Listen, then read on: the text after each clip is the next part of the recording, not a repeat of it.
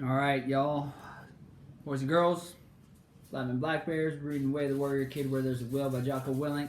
We're on chapter 15. New kid Danny seems real nice. Mark thinks something's up though. He asked him to help him work, and Danny kind of shot him down. Let's figure out what's going on. How's it going with Danny? Uncle Jake asked as he did some push-ups during our morning workout. I don't know, I replied. You don't know? Why not? I hope you're not letting your ego get in the way. He said this as I did my set of squat jumps. I'm not letting my ego get in the way, Uncle Jake, I said, breathing hard from my set. But I'm not sure Danny is as nice as he seems. What makes you think that, Mark? Uncle Jake asked.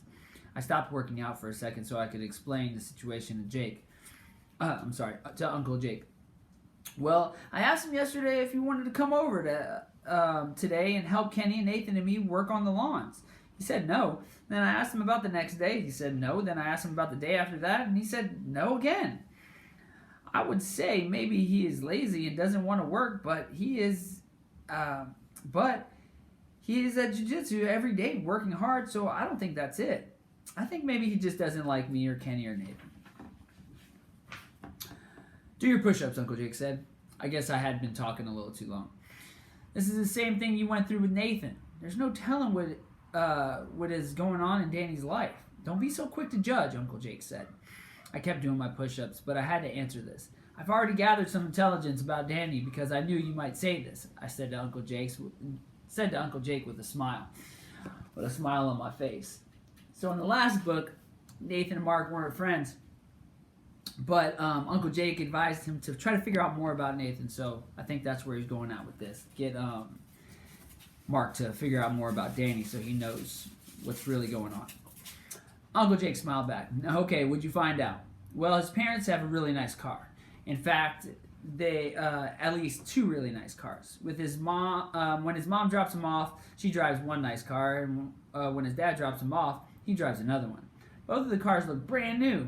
He also has really nice sneakers, and he's already had two new pairs just this summer. On top of that, he has a bunch of nice jiu-jitsu gis, and even a special jiu-jitsu backpack that he brings to the gym. A special backpack just for jiu-jitsu. And there's this little intel on Danny. He's got the high-tech nutrition bar, the awesome gear bag, and top-of-the-line sneakers. And in that backpack, he has nice little snacks, sandwiches, other snacks, and even one of those really nice water bottles that keeps drinks cold. He has everything. I told Uncle Jake as I finished my set of push-ups. Uncle Jake listened as he was doing his last set of jump squats. He was breathing hard, but I could see a little smile on his face. He was impressed that I had gathered such good intelligence about Danny, just like Uncle Jake had me do last year when I gathered intelligence about Nathan.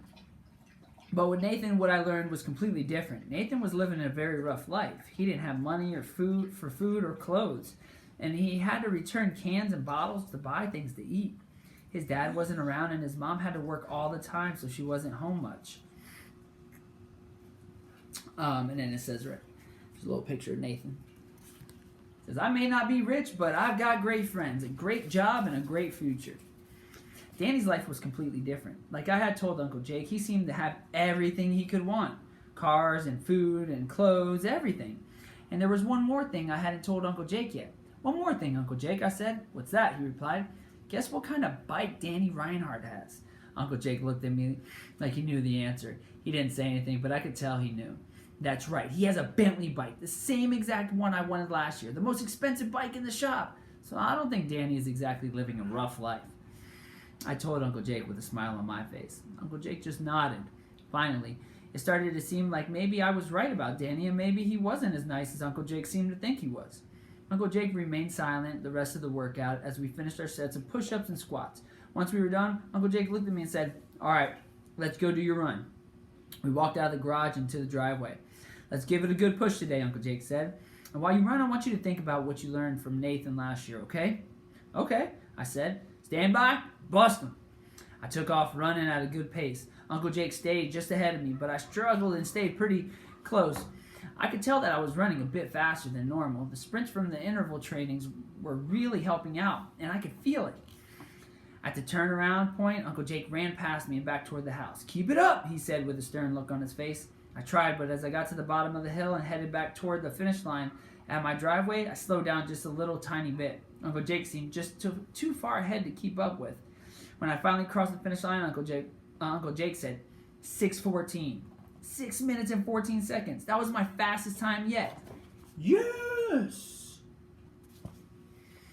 Yes, I shouted, a new record. Uncle Jake just looked at me.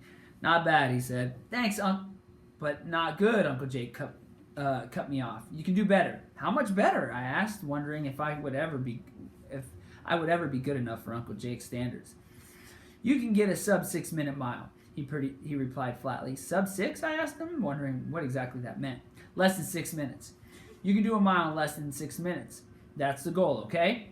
Of course, Uncle Jake. That sounds pretty cool, I told him, and it did sound pretty cool. Well, it won't feel cool, Mark, Uncle Jake said. You have already done the easy part, getting to where you are pretty fast. You shaved a bunch of time off your mile run, but to shave off more now is going to be hard.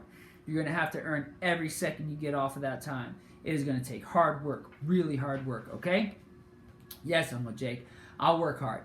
Good, Uncle Jake replied, and then he stood quiet for a minute, but I could tell he had something else to say. Now, what did you learn from Nathan James last year? This seemed like such an easy question. I learned that some people have a rougher life than me. Nathan didn't have much money or food or clothes. He had to return cans and bottles to buy his lunch and dinner. His life was tough, and I needed to understand how hard it was to live without much money. Uncle Jake shook his head. He wasn't happy with my answer. Wrong, he said. That's only part of the lesson.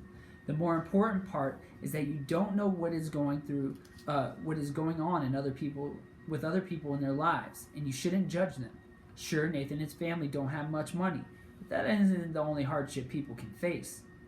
There are all kinds of things people have to go through.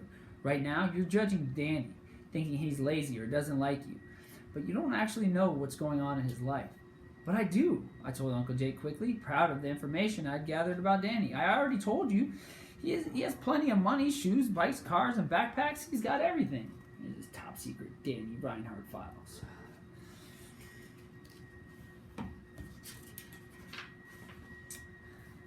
I just told you, Uncle Jake. I'm sorry.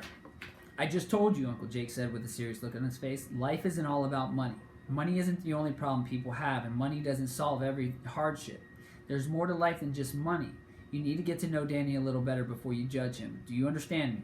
Okay, Uncle Jake, I said. I wasn't quite sure what Uncle Jake meant, but he seemed a little aggravated with me. So I figured I should just listen to what he was saying so I could try to figure it out. But even as I thought about it, I couldn't understand why Danny wouldn't want to come over and help us. It just didn't make sense. All right, wonder why Danny doesn't want to help.